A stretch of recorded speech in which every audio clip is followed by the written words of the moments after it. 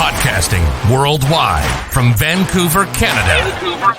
Welcome back to the Personal Process Podcast. The show that takes you through the growth, hardship, self-discovery, lessons, and stories of individuals who achieved success in their own personal path. Trust the process. Welcome back to the Personal Process Podcast. Today, we are beyond honored to have the legendary Dr. John Ratey, Clinical Associate Professor of Psychiatry at Harvard University, best-selling author of way too many books to count. I believe it's 11 right now. And, you know... Right. We just have our 12th coming out in January. Oh, man. Dr. Ratey, you got too much amazing knowledge flowing through everyone's hands with your books, your research, your speeches. And, you know, for those of you that don't know Dr. John Ratey, he's actually been a consultant to the president of Taiwan and also to the Minister of Education in South Korea, leading to almost instantaneous changes in their physical education plan. So Dr. John Ratey has, you know, traveled the world with his lectures, his books, and to say his impact has been amazing is not doing justice enough. So Dr. John Ratey, we're very happy to have you on our show. How are you doing today, sir? I'm doing well. It's still early here on the West Coast. So, I'm waking up, had my coffee, ready to go. That's awesome. I did my kettlebell routine. So I'm up. That's awesome. And yeah, you know, the spark and, you know, his famous book, Go Wild, Eat Fat, Run Free, Be Social, and Follow Evolution's Other Rules for Total Health and Well-Being is all about that exercise, sleep, living a holistic lifestyle. And it's really changed my life. So Dr. John Ratey, you know, I want to know how this whole journey started, because if we look at your track record, all I see is success. Like, can you kind of take me back to a little bit of your childhood and kind of like what you think were the main parts that started this journey for you? Well, there's a lot. I mean, I grew up in a blue collar household and in a little town that was in the center of the Rust Belt, now the Rust Belt. Before it was a steel belt, you know, in Western Pennsylvania, where we had the mills firing up all day, all night, 365. Right. 24/365. Yeah, they were just always working. And so in that, it's a rough and tumble lifestyle. But the thing was that everyone growing up played sports. Right. We all played sports, all played 3 sports or 4 sports. I played them all that we had. We didn't have, soccer wasn't part of my upbringing, unfortunately, but baseball, football, basketball, and then tennis, which I took to an extreme and got tennis scholarships and got into college and was on a college tennis team. And so that was a big part of things. Then also my parents both had a 7th or 8th grade education from where they come from. Yeah. And so, but my mom was really into getting us all, the 3 kids, educated. So she pushed, and that became the big driver to get educated, get out of there. No, don't work in the mills, which was an option when I was growing up. That was a destination for many people. And then obviously 10, 20 years later, 12 years later, it probably began to close. So for them around there. But anyway, I left and was pushed out of the nest, as it were. Yeah. And what kind of, you know, inspired you to actually push this path of education forward? Because a lot of individuals have their parents wanting them to pursue higher education, but you know, if there's the option to work in town, I'm assuming there's relatively good wages in the town that you worked. You know, like what was your motivation behind that? Well, I worked there every summer. So okay. I earned money every summer at working in the mills. Yeah. It was the best. It was the highest paying jobs you could get. But, well, my motivation was I got turned on to philosophy and psychology in high school, having had, Crime and Punishment in my junior year, and I just couldn't believe it. So I then became very interested in philosophy and literature, and went to Colgate, which was a stellar philosophy department, and got into it that way, always crossing with psychology. We had a lousy psychology department, so it was philosophy all the way, and but a very keen interest in psychology as well. So, and I was playing tennis, but I broke my arm, unfortunately, and had to stop my sophomore year. Right. And yeah, so I always knew the benefit of exercise. I always felt it. I always saw it in myself whenever I'd take time off or wouldn't do it, especially like in medical school when you don't have any time. It dropped off until my second year when we had a pickup basketball team with a bunch of teams. And we played 2 or 3 times a week. So I got back into it and saw my mood better, and my grades went along with it. So so that was the basic background. And during that time, which is in this mid 70s, there was an article in the medical news about our brand new antidepressants. And I had worked for 2 years in Boston at Harvard before I went to medical school, and was there with the birth of a few of our antidepressants, which were truly magical. There was this article in the news about a hospital in Norway that were taking depressed people in and either using medicine or developing an exercise program for them 3 times a day. The results were the same. You know, and this, I said, wow, this is something. There was beginning confirmation of the impact. And we had a whole, I mean, Hippocrates wrote about exercise being a treatment for depression, but this was real. Yeah. This was startling. And so I began the hunt, and all through medical school, and then thereafter,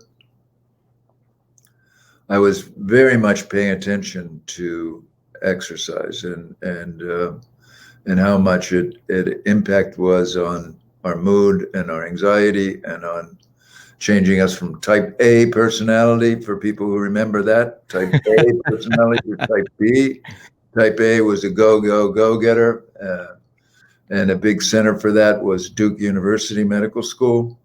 And they were starting to publish work on the benefits of exercise for mood, aggression, anxiety, changing type A personalities to type B personality, because they were working with their cardiac rehab patients. Right. And that's where it stemmed from. There was this literature there, but I was doing other stuff on aggression, and then fell into talking about attention deficit disorder really early on when I was in my teaching career. Right. And one of my first patients heard me talk and said, "Hey, can I come and see you?" Well, he was no ordinary person. He was a professor at both MIT and Harvard. Wow. And he was one of the original marathoners. And at that time, the Boston Marathon was just exploding everywhere, right? So, and he came in and he said, "Look, I've been a marathoner all my life, and I've been running every day forever, and I'm very productive. However, I hurt my knee. I can't run. I'm rehabbing it. I got depressed." He was no longer depressed, but still wasn't running. But what he developed was symptoms like attention deficit disorder. We didn't have such a category for adults, and he was an adult and hadn't had it as a child or so, wasn't diagnosed as such. So I started treating him, then about 6 months, 8 months into it, his symptoms improved. He went back to running after rehabbing, and we agreed he didn't need the medicine anymore.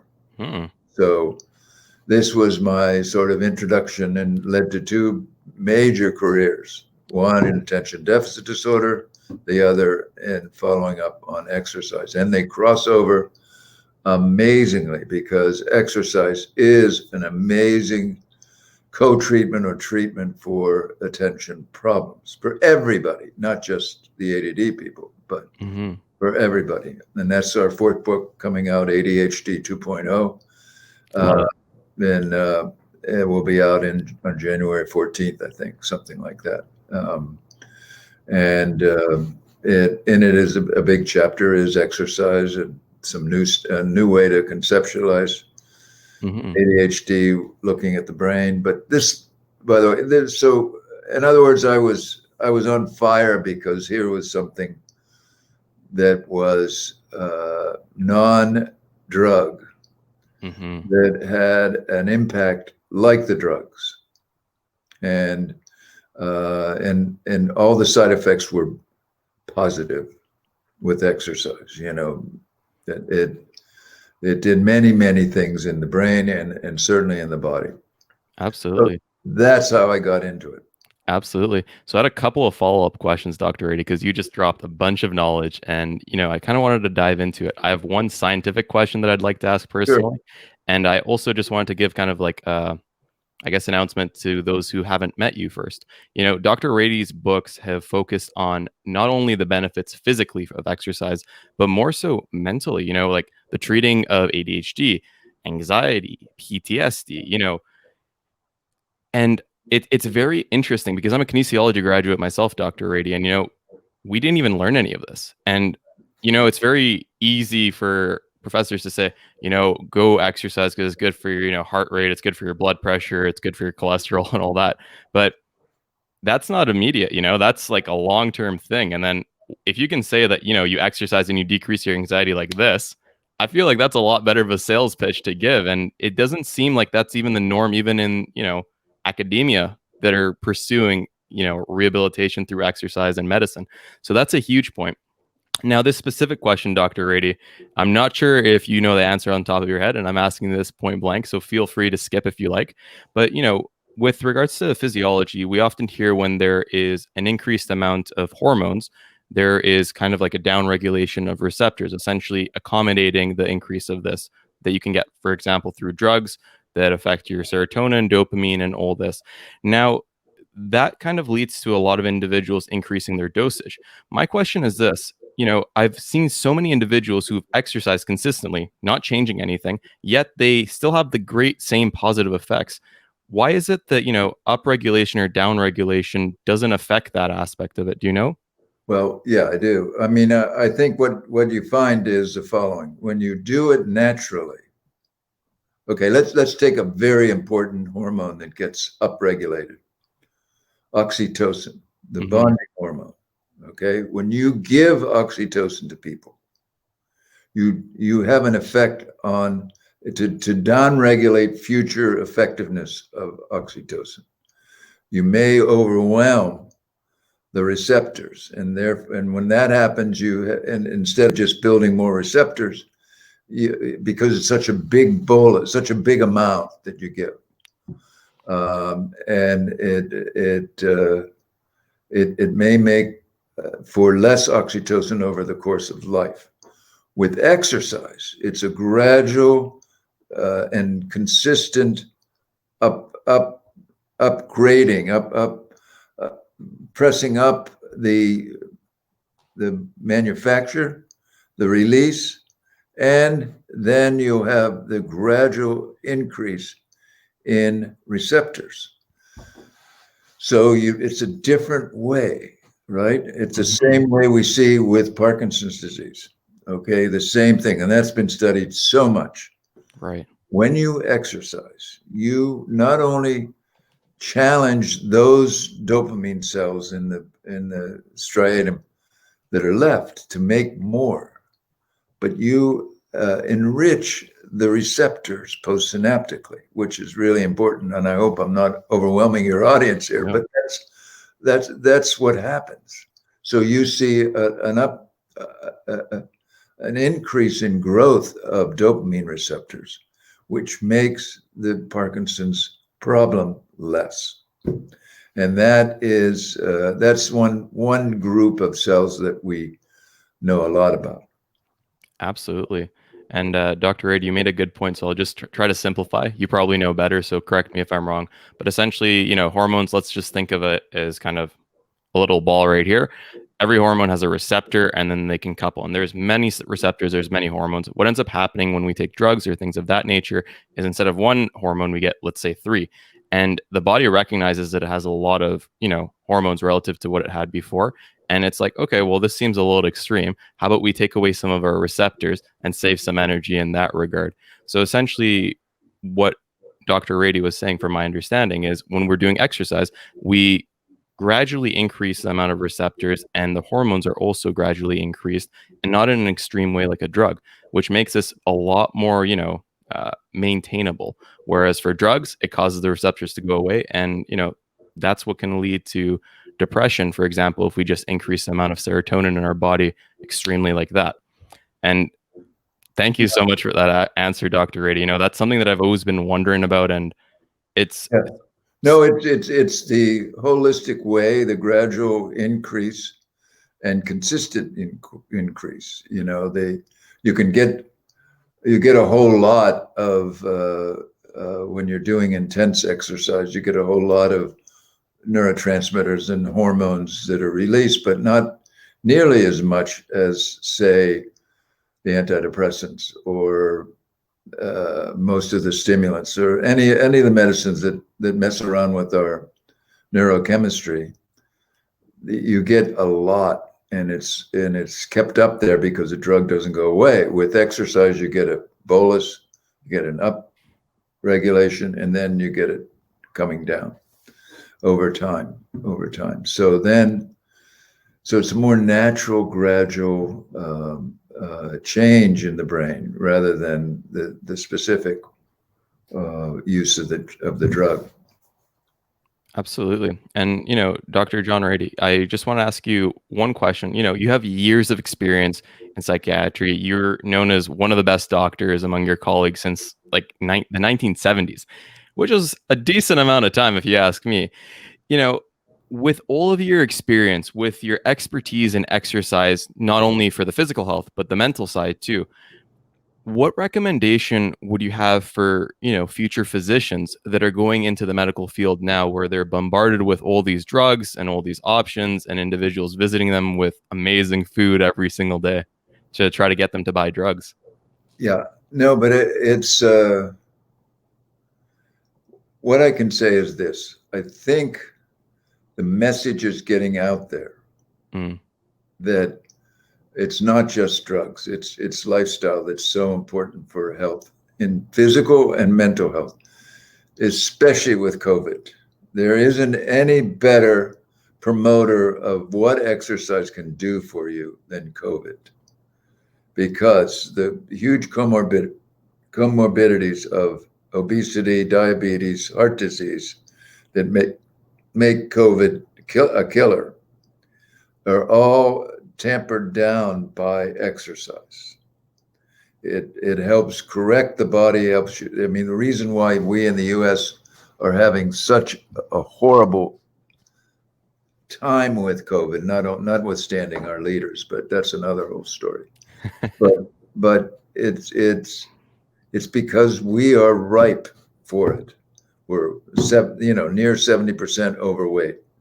We're lots and lots of diabetes type 2, lots of sedentary lifestyles, made more so with COVID because we're not moving around as much. But this is a welcoming mat for COVID to come in. And we're working on a paper now where we're looking at specific ways that exercise helps prevent COVID from ravaging our body. This is pre-vaccination, or as some what we know is that if you're in good physical shape and you're in a physical fit, whatever that means for you, you're going to have a better response to the vaccine.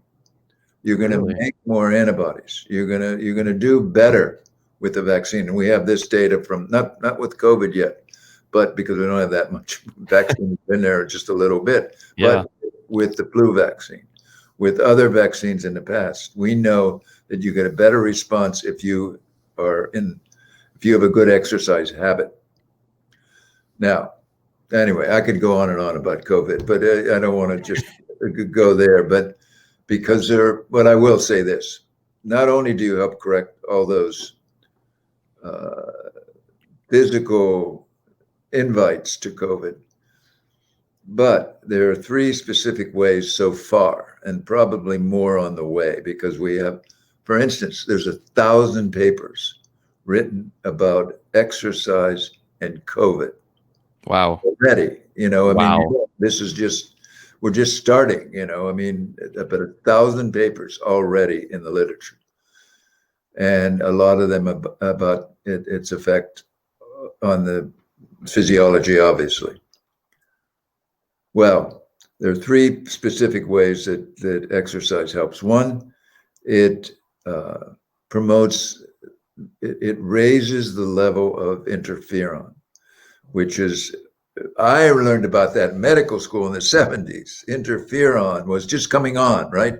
It was the antiviral, our body's own antiviral, an anti-cancer drug or substance in our body. Well, exercise boosts interferon. So we have a better fight against viruses coming in. Plus, there are 2 other components that change. One is, in our cells, the binding site for COVID is ACE2 in the angiotensin system. Right. Exercise helps balance that out, so we have less inviting ACE2s binding sites for the COVID horrendous little screwball that's going to make our lives miserable. Plus, we make a new, or not to me new, we make another antioxidant that specifically protects the lungs that I didn't know about. Wow. Specifically protects the lungs. And we increase that by moving our muscles. And it has a very weird name, but I won't bother you with it. But this is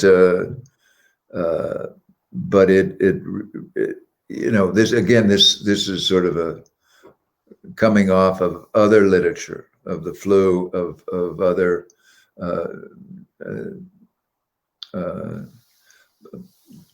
lung problems that people have, and so pneumonia, preventing that, so we have specifics and non-specific ways that exercise really helps. And we're hoping to promote this so that it's another reason to give people the motivation to exercise. Absolutely. And, just the insight on the protection of the lungs, that's something that really surprised me. It's, there's, this kind of brings me into another topic, Dr. Ratey, and it's a little bit political, so feel free to dive away from it if you like. But, there's a notion that if you are, in science, but you're not at a specific role, for example, a doctor or someone who can speak at that level, you're supposed to kind of steer away from giving advice or your opinion on a subject. But nowadays, with a lot of media covering this that have very little science background, if any, what are your thoughts on, individuals who are kind of allied health, such as kinesiologists, physiotherapists, or even, science students, giving their input on, things such as how to be safer from COVID or anything like that? Do you think they should? Do you think they should stay away? Oh, no, I think they absolutely should. If they know it, then they should make sure they have the science behind them. Mm-hmm. And come on, you're getting this from everybody because people are avid readers of science on COVID. No one wants to get it or get to die from it. So people, are learning all kinds of stuff. And the idea is to make our science translatable enough for the general public. And that's what I've done in all my books, is to try to do that. That's been my mission. And we want to do this for sort of the anti-COVID effect of exercise, because again, it's all about how we can motivate people to get off their butts and exercise. I mean, and especially when you're with COVID here. I don't know, in Canada, you guys are doing so much better, but you're still locked down, right? I mean, so that means you're inside more. Although your schools are doing more. I know I'm working with everybody up there too, but right. But it's really something. We have yet to pay attention to what we need to do as a country, as a world, to really combat this virus. It's going to be with us for a long time. So on that note, Dr. Ratey, do you think, let's say the vaccinations happen and we hit a critical number of vaccinations, how do you think life is going to go forward after? It's a very deep question. Yeah, no, I wish I knew. I think there'll be a level of stress less. Mm. I think here in the U.S., the way we see it, as soon as we get a new administration that is science savvy rather than anti-science, it will be a big difference in the U.S. And I think that, will have an effect on other countries too, like Brazil and Turkey and wherever, as soon as we begin to see the difference, it will be a big deal, and hopefully promoting better health in general, because the best thing you can do is be as healthy as possible. That is the ticket here, now, and moving forward. Now, especially people, in the US, you better not have an illness that puts you in the hospital, because there's no beds and they don't want you there and you don't want to be there. So what do you have to do? You have to take responsibility for your own health yourself. And this is where exercise, diet, sleep, and connection. By the way, I'm a big proponent of Zooming our connections. Zoom is so huge, but the reason for it is because you can connect to old friends and family. So it's and that's talk about a positive for health. Whoa, that is it. Being connected. If you're connected and you exercise, you first of all, because if you exercise, your diet will follow. A good diet will follow. Now, a lot of people say, "Oh no, I come home and get a pizza, or I stop at Starbucks and get a coffee roll, whatever." Yeah, well, that's dumb. And once in a while, fine. You go for your 3-mile run or 6-mile run, come back, and enjoy that. But maybe once a week, but not every day. Absolutely. And, Dr. Ratey, I had two kind of follow-up questions that kind of diverge. So, we're talking about, staying at home, the isolation, and we're also talking about Zooming as a way to connect with individuals. Now, this is one of my questions, but with regards to, having a tribe and being connected with them and, often jostling shoulders, tapping shoulders, to, actually feel that physical connection. I guess, what is your advice for individuals who are locked down right now that don't have the ability to meet up with their friends due to the pandemic, to better their mental health, their physical health, and just yeah, I that's what I say. I think Zoom is great.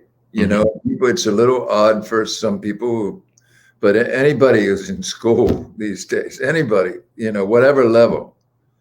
I mean, Zoom or a platform like we're on now. I mean, these are connectors, and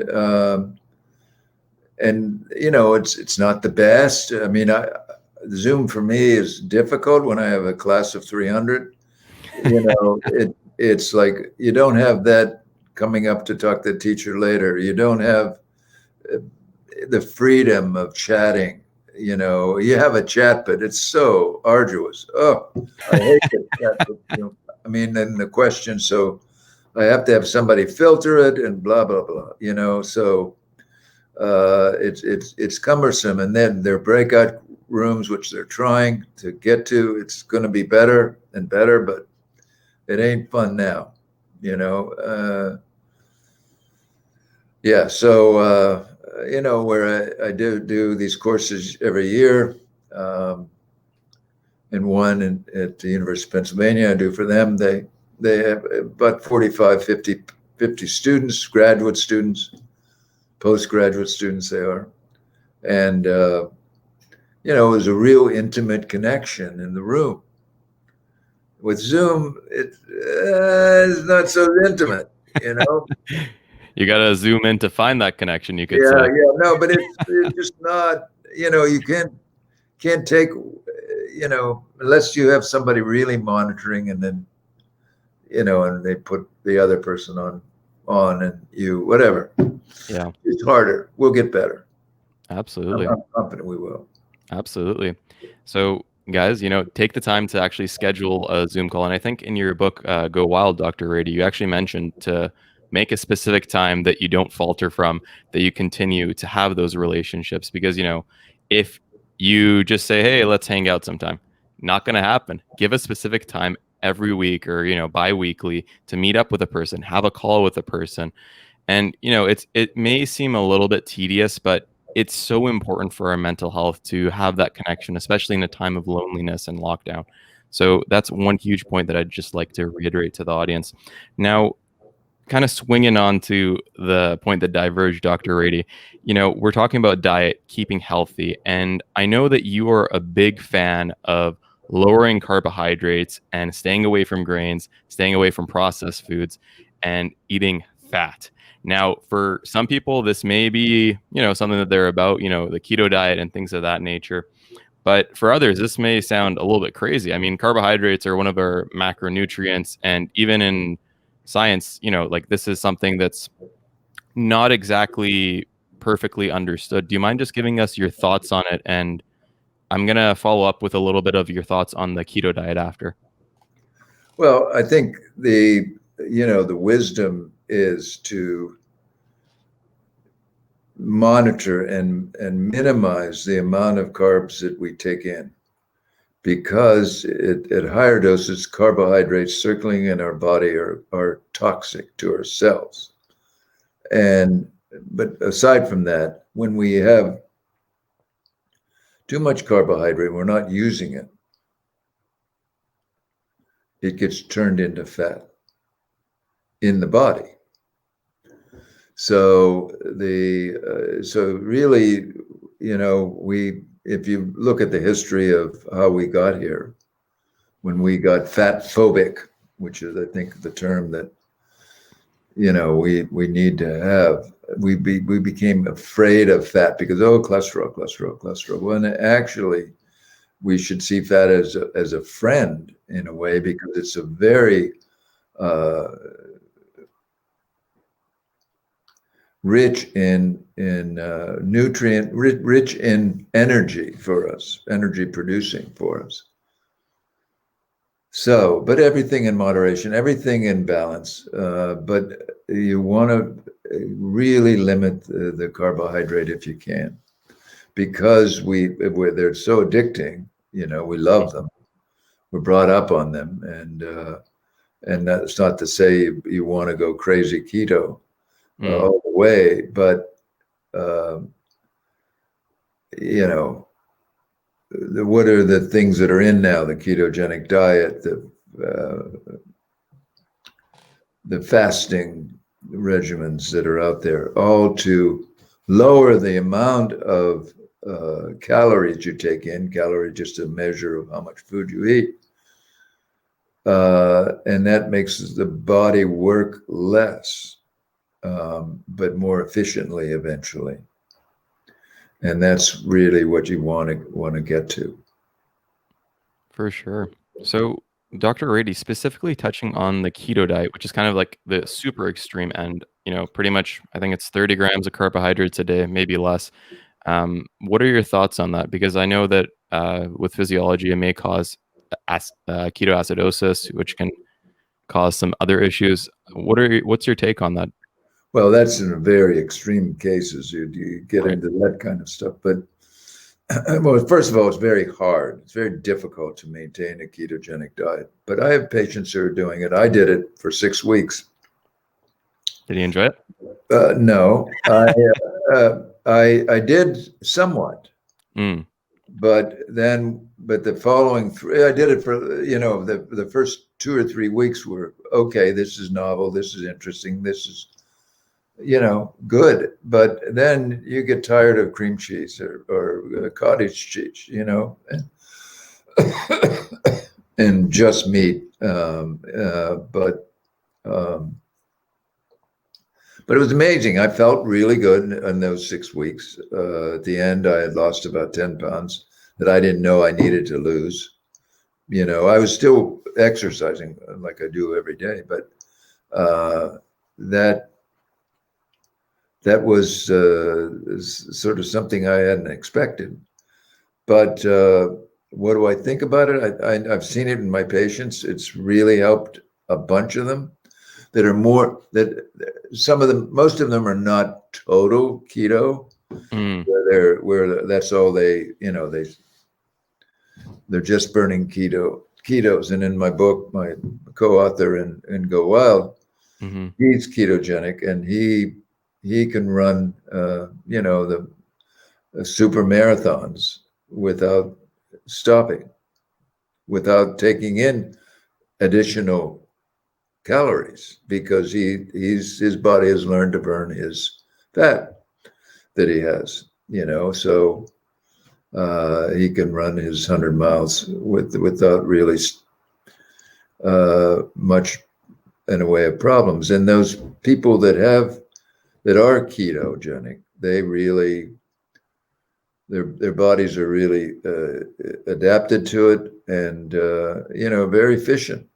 But again, in our society and our culture, the way it is, it's really hard to do, expensive and hard, to do, be that special. Yeah.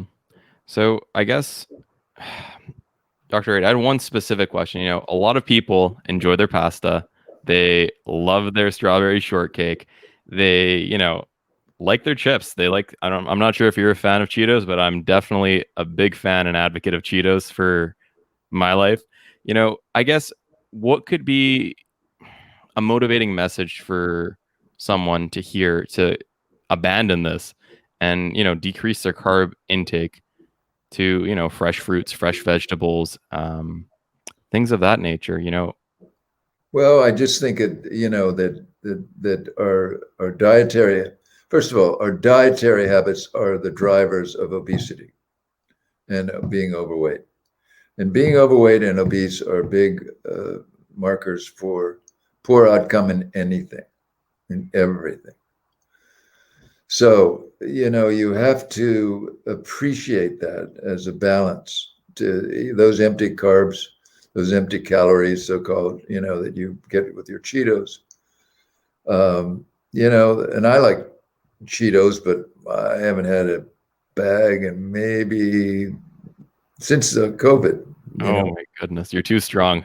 Yeah, no, I mean, I just haven't, it's just not part of the deal. For sure. And my wife can be a little bit of a food Nazi. So, so it's, yeah. Yeah. So, yeah, no, I mean, it's, and again, in moderation, everything. And that's such a big point. A lot of people think that you have to go very extreme, like no junk food whatsoever, none of this, no, or super exercise or no exercise. And it's interesting because with exercise, there's a yo-yo exercise where some people go on to do something and then they give up. And it's just about this consistency and doing something that you like, which you push so much in your books. And it's such an important part because, sure, I may like going to the gym, but my friend Rob, he may like rock climbing. And if I tell him to go to the gym and push him, he's not going to go there. He's going to hate exercise and he's going to feel incompetent in it because he's maybe not too good at it. But give him a rock climbing wall, he's a god. And who knows, he may be a champion too. And this kind of comes back to doing something that you like. But I think one of the things, Dr. Ratey, that I really took away from your books and something that I advocate for my friends, for individuals that I, give speeches towards, because I go to community centers and senior homes to give advice on exercise and rehabilitation. And as you can imagine, for the older population where there's arthritis and there's chronic pain, it may not be the best pitch to say it's good for your heart rate, it's good for this. Every single speech that I start with, exercise gives you happiness. Exercise makes you move better. Exercise reduces your anxiety. It reduces X, Y, and Z with the mental aspect. Because, like I mentioned before, it's something that you can get instantaneously. It's not something that's arbitrarily in the future that, heart rate and blood pressure, the average person, it doesn't really mean much to them, but tell them that they'll get less anxious, tell them they'll get happier, they'll look better. It's a lot of important things that come with it, Dr. Ratey. And, I'm not sure if you have any thing to add on this part. Well, no, but I think, what you're touching on is very important, because the real motivation, and the University of Michigan has been studying this now for 20 years, how to keep people exercising. The real motivation is to notice and be aware of and cement it in your mind of how you feel after you exercise. It's not about the long term. It's about the short term. Because long term, losing weight is hard. Losing weight is much more about controlling your diet. Exercise is only a small fraction of the benefit, 15% or so. But it's something that you do that keeps you on it and keeps you thinking about health. But so all these things are, keep you going, and that's why it's so important to in pre-COVID times to do it with a group, to do it with a friend, to join a walking group, a Zumba group, a running group. My wife does Zumba twice a week with people from all over the world. We did when we first got here in March. In first lockdown, we had a Zumba group 3 times a week from Bali, a friend of ours from Bali. Yeah. Well, I mean, it didn't matter, I mean, it doesn't matter with these things.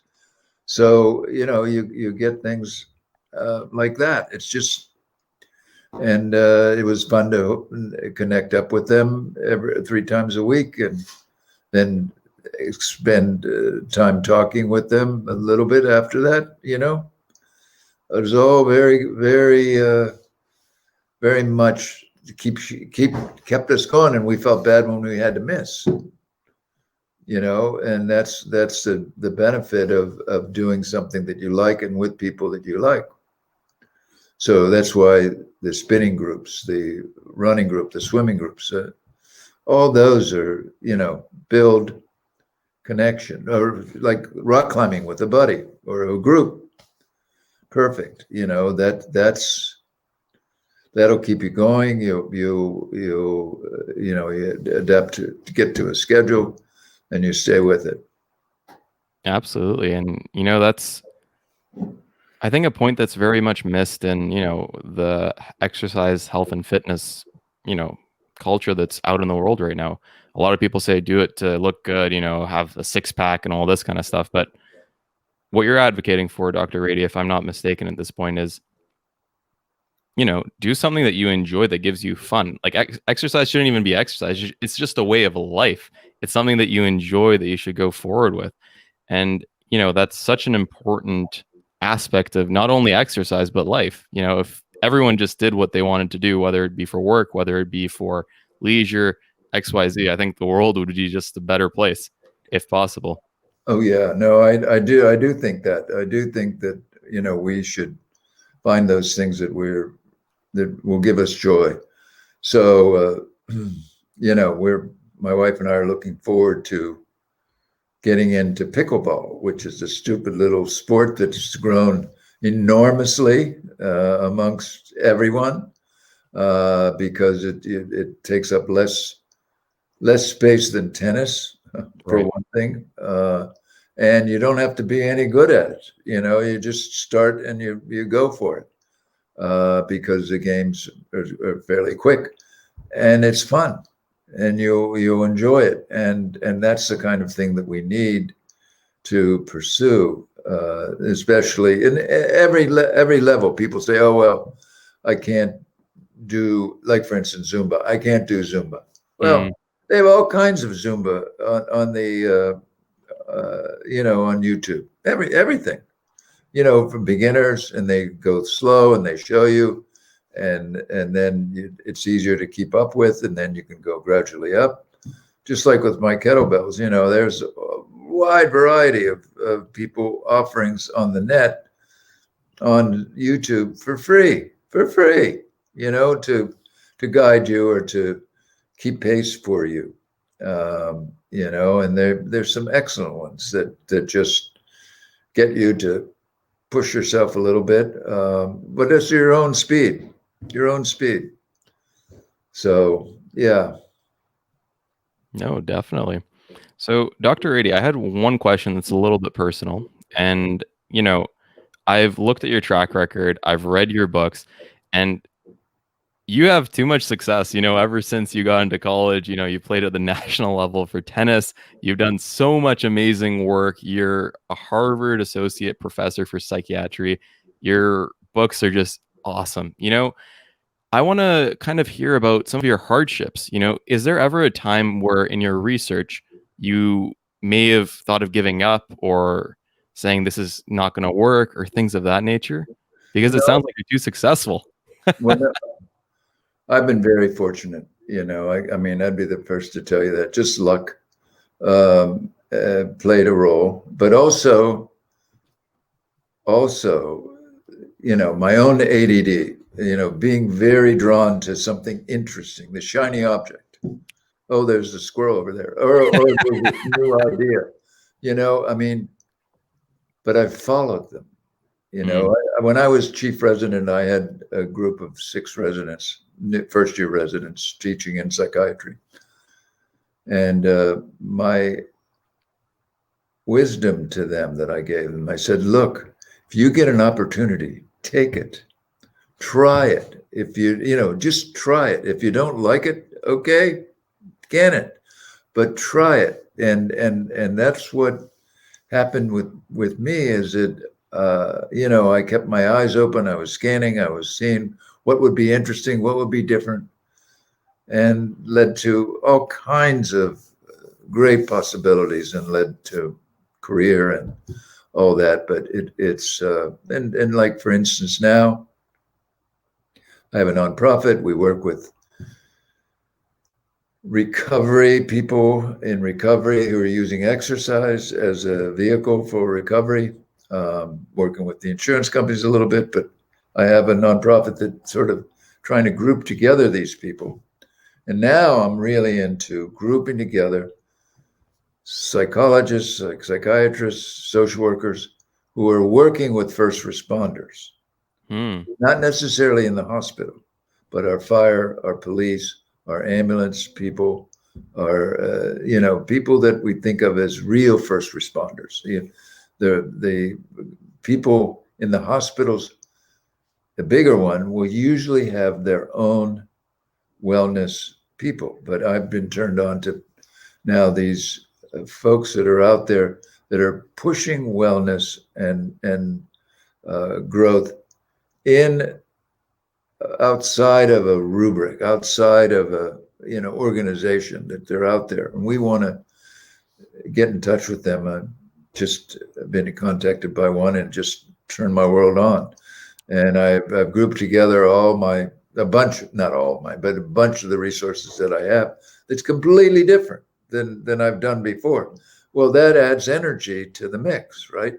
Mm. So we've been focused for 2 years on recovery. Now we're going to be focused on developing spark centers for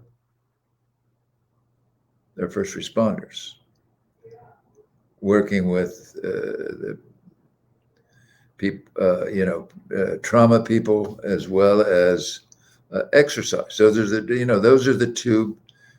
I mean, exercise is something that most first responders know about and do, but they don't do it enough. Mm-hmm. And they don't realize how important that is. Along with community, along with connection, those are the two magic bullets for them. So anyway, in the military the same way, but I've worked with our military a bit, but and they are aware of how important staying with exercise is for people coming out of the service. Absolutely. Yeah. So So my advice is, and my gift that I've had is my ADD, is my attention deficit disorder, where if it's usual, if I'm sitting in the office and writing charts or whatever, it's boring. So I'm looking to always to do something different, and I'll go through periods of time for personal as well as professional reasons where there's a lull, where I'm just doing the same thing for a while. And that's okay, because life is full of other stuff that you have to do, raising my family and whatnot. But then there are things that come your way, and then you go for it. That's the thing. You go for it. You go at it. You say, I'm going to take this up. So, your audience, the people that are interested in the keto diet, well, explore it and try it. Don't sit on your butt, because you can discard it. I mean, it's not a life sentence. That once you start something, the same way with, oh, you want to rock climb? You can go to the climbing wall. Well, I don't know about now, but eventually, try it. You mentioned that. It's something people might say, oh, well, that sounds nice, and I know people do it. Well, try it if you even think you might like it. And anything, yoga, tai chi, qigong, all those, you might just try it. Martial arts, one of the best things you can do, by the way, martial arts. Really? Martial arts and dance, there you go. Those two are the best exercises you can do. Well, you heard it here first, folks. So, Dr. Ratey, I really loved how you kind of put this all together. You were mentioning that the ADD was something that actually you took advantage of, and you were always looking for something interesting.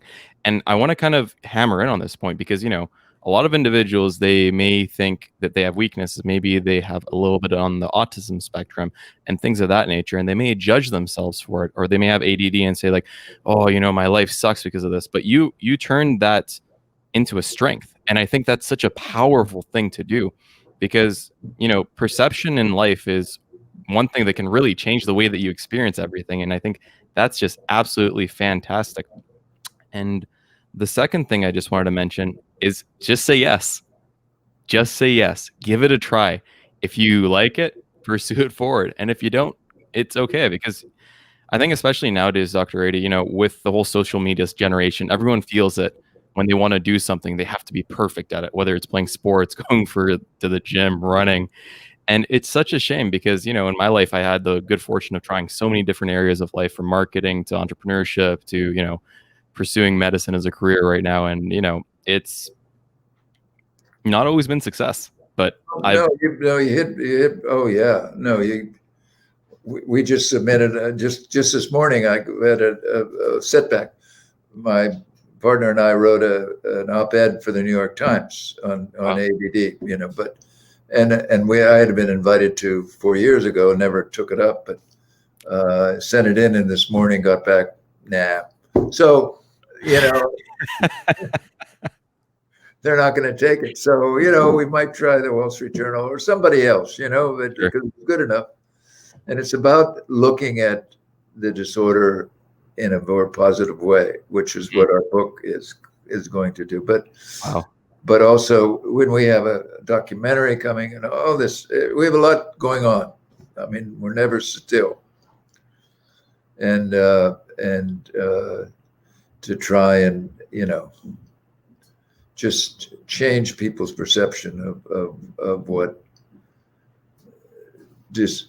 we call disorders are, to look at it as just, these are traits and they can be a disorder, or you can start Microsoft, or you can start Apple, or you could be Steve Jobs, or the other guys that started Apple too. Most of them ADD. And look at Tesla. Look at Elon Musk. I mean, if he's not ADD, I don't know anybody. Richard Branson. I mean, the big entrepreneurs that are crazy, like they certainly are not going to sit in an office. Absolutely. And, I'm probably reaching over here, and feel free to correct me if I'm wrong, but this must have had some evolutionary advantage to our survival back in the day to spread, right? Sure. Look, the people at MIT who started the computer graphics revolution, the MIT Media Lab, it was started by a person with dyslexia. It was and ADD, and he starts off his book. I'm blocking out his name now. He said in the first sentence is being dyslexic. That's his first sentence. When he was talking about developing the Media Lab. But we wouldn't have the computer if we didn't have ADD, autistic, and developmental. I mean, reading and math. What do I want to say? The dyslexic conditions, dyslexic, all these conditions, because you had to be a bit autistic to hang with it, and you had to have a lot of ADD to look at that new squirrel, look at the new shiny object, and you went for it. Let's try this, when no one would have thought about trying it, or they thought about it, but then you go down blind alleys. But that's okay. So it's so true, and it's such a shame because in mainstream media and all this, you often hear these conditions being talked down upon so much. If you have ADD, you have a problem. If you have this, you have a problem. And I think that's so unfortunate, because imagine if you're a kid hearing this, and you're just like, oh, I'm weird, I'm this. So you feel like a social outcast, and you also don't feel inspired, because like you mentioned, individuals who have these conditions such as ADD have accomplished so much in the world.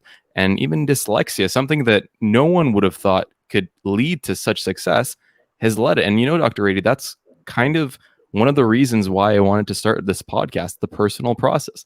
Everyone has a unique journey. Everyone has a unique circumstance. And I just wanted to show that regardless of your condition, you can move forward, you can excel, you can succeed, and you can pave the way. It might not always be up and down, but as long as you trust the process, it'll get there. You're ripe for our book, ADHD 2.0. Yeah. Because that is where we try to turn the tail on looking at it as a disorder.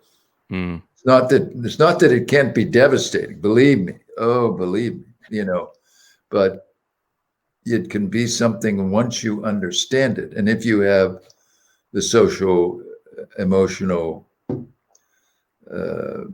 financial support to deal with it in today's society.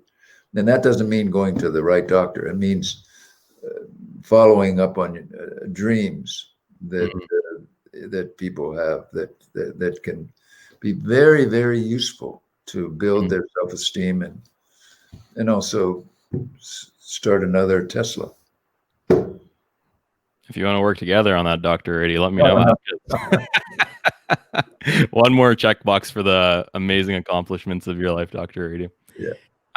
So, Dr. Ratey, what I want to do is I want to have some rapid fire questions for you. Okay. And then I want to go and ask you, what is your one message to the audience? Intentionally broad so you can swing it whatever direction you like, whether it's on this talk or not. And after, we're going to close with your social media handles, any shout outs you want to give, and we'll go on to our closing. So, with that said, Dr. Ratey, I had a couple questions. The first one, as an individual who recently graduated university, and I'm sure you're aware from all of your years teaching, we sit for so long and we don't move. I mean, right now, since, most universities are cleared out, what would your recommendation be for individuals who are administrators of universities to create a more healthy environment for students and even staff members who are lecturing individuals? Well, I think they ought to take the opportunity to see that the need to be healthy is not just a little thing, not just something to have the right style, it's vogue. It's a demand of civilization that we do that, especially fighting the virus, but fighting all the disorders and diseases of sedentary natures and overweight, and this is got to become part of the fabric of education. The first thing to go usually is physical education and health. That should be the first thing we do, to get people ready for life. I mean, that's what education is supposed to be. It's not just learning code, which is obviously very useful, but you need to sort of we need to change the way we're doing things. And hopefully this is it's going to be more of a demand that we do that. Absolutely. So in let's talk about like the lecture setting. Would you recommend like sit to stand desks? Would you recommend no chairs? Well, that's Richard Branson did now it's about 3 years old, did a new building of his without any chairs. Really? No chairs. So, yeah, would I recommend standing desks? Sure. I have one. Not I'm sitting now, but mostly I'm moving around. So because I think that's the way to do it, and with technology advancing so quickly, we are going to be able to do that. You're going to be able to be out on a walk in the woods if there are woods left, but out for a walk, taking a class. Yeah. People are doing it already.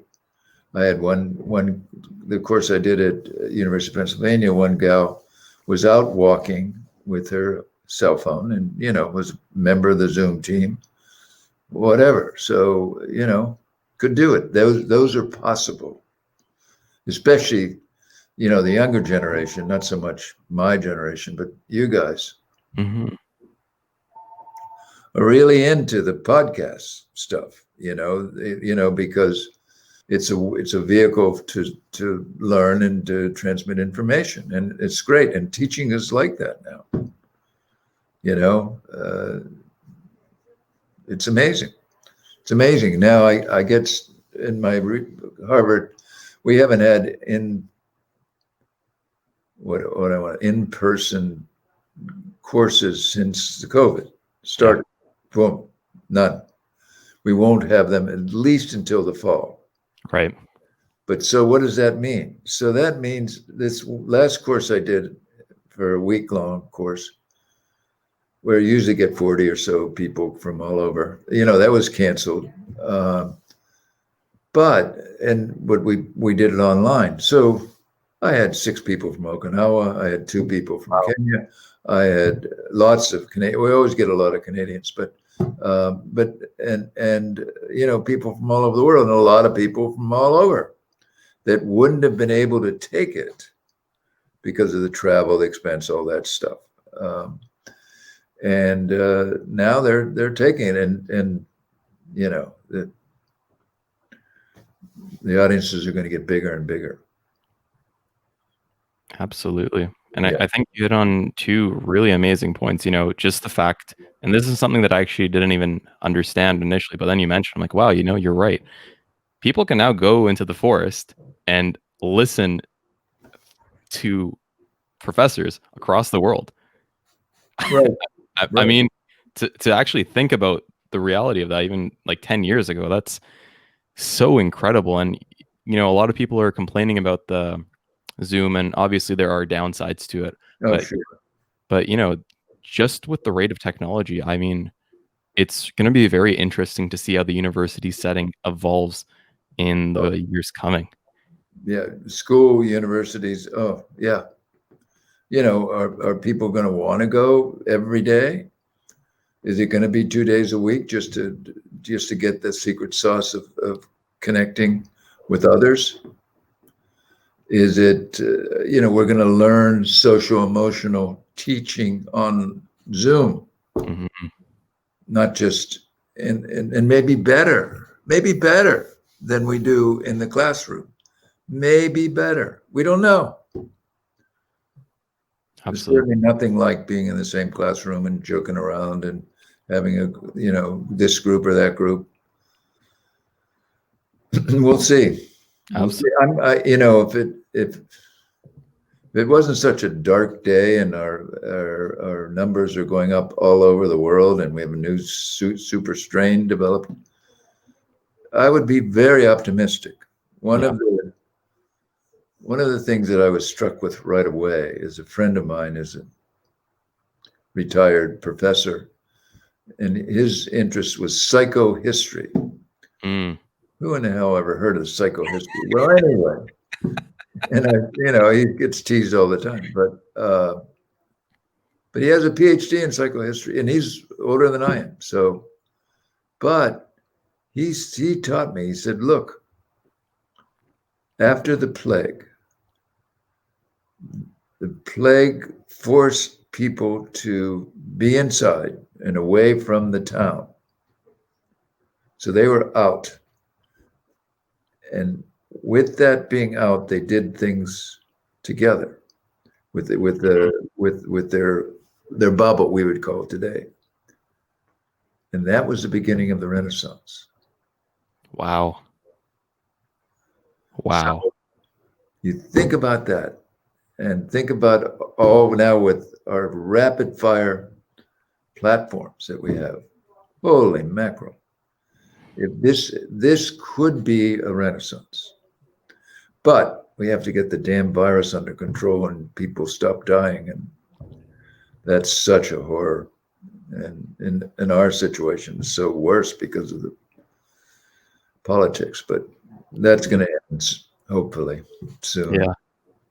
Yeah. And Dr. Ratey, that reminded me of one of our guests, Brian Hildebrand. He's a paramedic who served in New York City during 9/11 and is also serving during COVID. And he mentioned there are similarities between the 2 points. And the one thing that stuck out to him was that he believes in the people coming together to make this change. And, you know, when you're mentioning that people are coming out and congregating together, and that's kind of what led to the Renaissance back in the day with the plague. You know, it's very interesting, and it's kind of positive thought that we really need in the world right now with all the hecticness of what's going on today. So it's just so brutal, such a brutal time, and it's a level of chronic stress that we've not had chronically, you know. I mean, and especially here in the US with the horribleness we're living in politics, but which has such an impact on our lives. And anyway, but so with each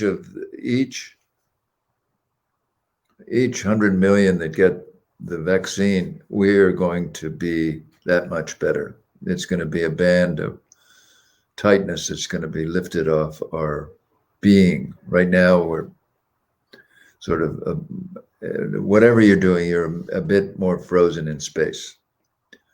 So again, that's the antidote to that is exercise, right? I mean, just to do something different. So, we have stretch classes on Zoom or on video.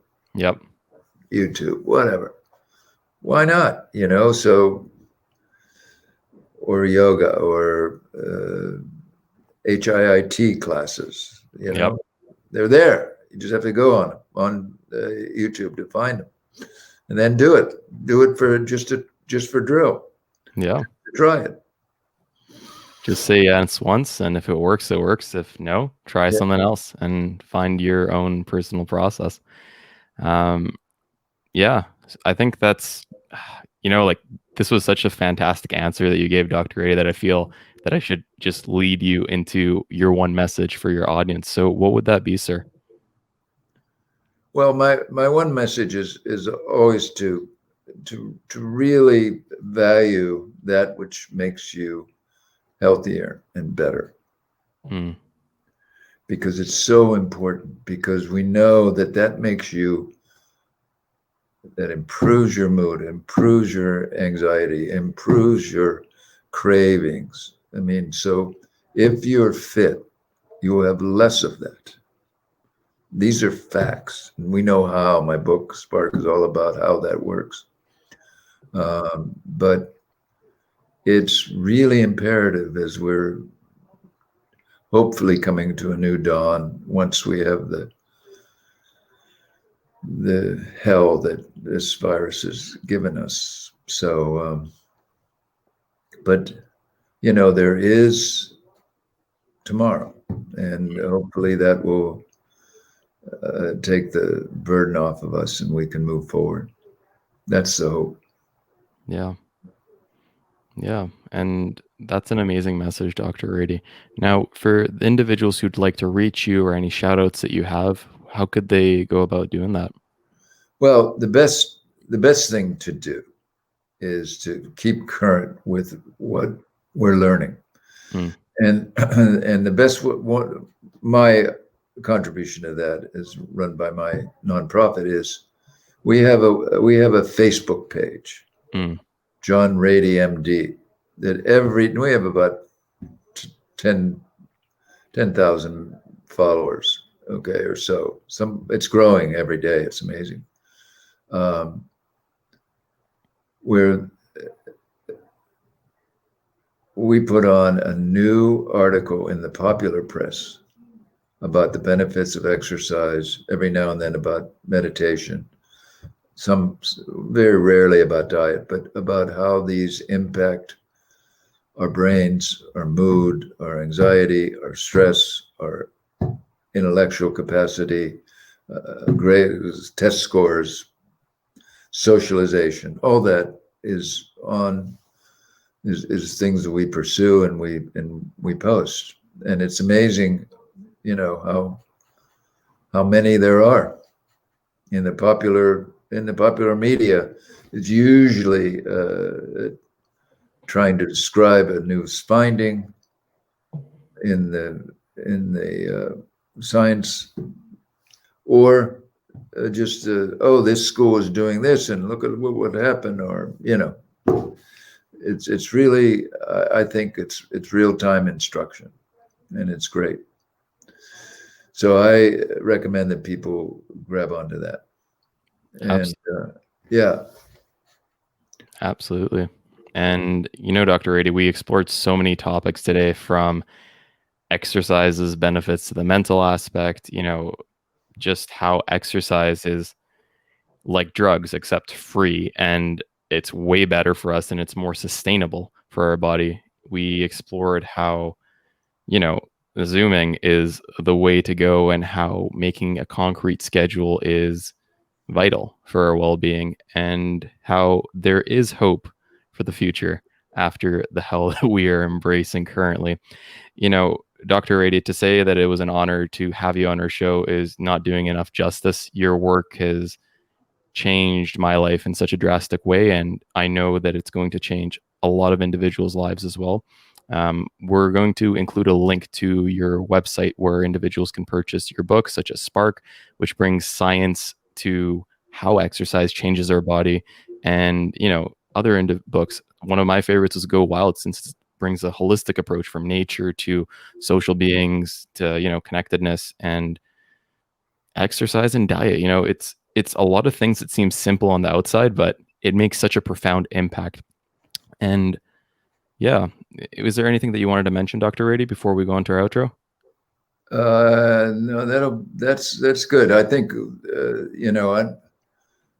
I don't keep my website so current, but people should look for our new ADHD book, which will be next month. You can go to Indigo Books, which is the founder of Indigo is ADD and is a member of. She was part of one of the articles we wrote, but also Amazon. Anywhere you can pick up your books. It really does look at new ways of thinking of ADD, but also talking about the benefits of exercise, of balance training, using, focusing on the cerebellum, all these new things that are packed in there. So, and I think it's written very well by my co-author, who's an incredible writer. So, yeah. We'll definitely have to link that down there as well. And with that said, thank you again for listening to another episode of the Personal Process Podcast. And Dr. Ratey, again, absolute pleasure. Thank you very much for being on our show. Thanks for having me. Enjoyed it. Hey everyone, I'm back after another amazing episode with another amazing guest. We hope we added value into your life so you could take the tips from this episode and fuel your process forward. If you enjoyed our episode today and think other friends or family members may also appreciate the lessons that our podcast brings, be sure to share us with them. Subscribe and rate our show so we know how we did. And always remember, trust the process.